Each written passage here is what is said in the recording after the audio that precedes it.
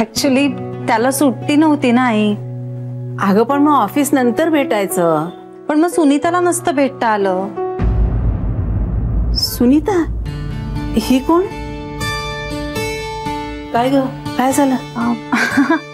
अहो नाही काही नाही. सुनीता म्हणून पिंट्याची मैत्रीण आहे. त्याच्याच ऑफिसमध्ये तिला भेटायचं होतं. पण तिला का भेटायचं होतं तुला? असंच सहजच. अगं मग एवढी धडपड करून कशाला जायचं सांग, तेही अशा अवस्थेत. आणि होतं काय, श्री असल्यामुळे तुला रागावता येत नाही ना आम्हाला. आहे बघ 3 महिने जरी झाले असले ना तरी बाळाला जन्म देईपर्यंत आईने जपलं पाहिजे स्वतःला. हो आई. म्हणजे रागावू नकोस. नाही नाही राग नाही आलाय मला आई. आणि ती पिंट्याची कोण मैत्रीण सुनीता का कोण ना, तिलाही घरीच बोलवायचं ना भेटायला. म्हणजे डॉक्टरांनी सांगितलं म्हणून आपण पिंट्याचा बघण्याचा कार्यक्रम सुद्धा आपल्या घरी केला की नाही.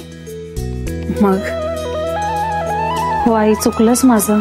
म्हणजे तसं नाही ग, तू भेट ना, कोणालाही भेट, आमचं काही म्हणणं नाही.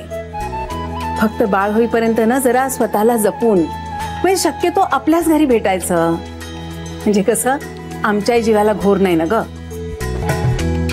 आम्ही काळजी करत बसतो, आम्हाला चैन पडत नाही. मी समजू शकते आई. तू शहाणी आहेस म्हणून म्हणते. मी लक्षात ठेवीन आता.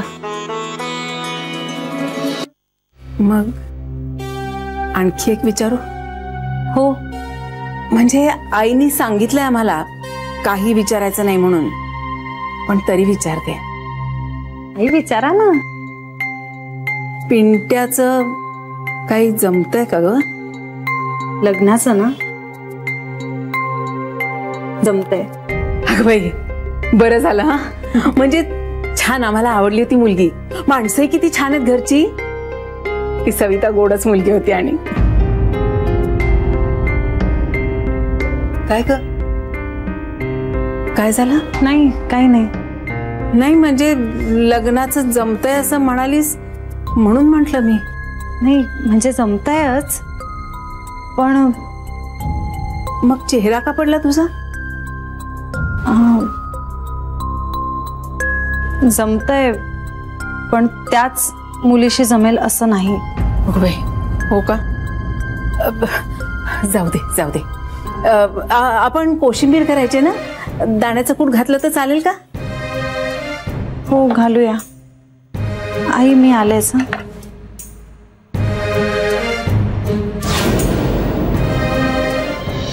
देवा देवा माझं काय चुकलं ते तरी सांग. किती वर्ष मी तपश्चर्या केली पतिदेवासाठी. रुक्मिणी स्वयंवराची पारायण केली, व्रतवैकल्य केली, उपास तापास केले,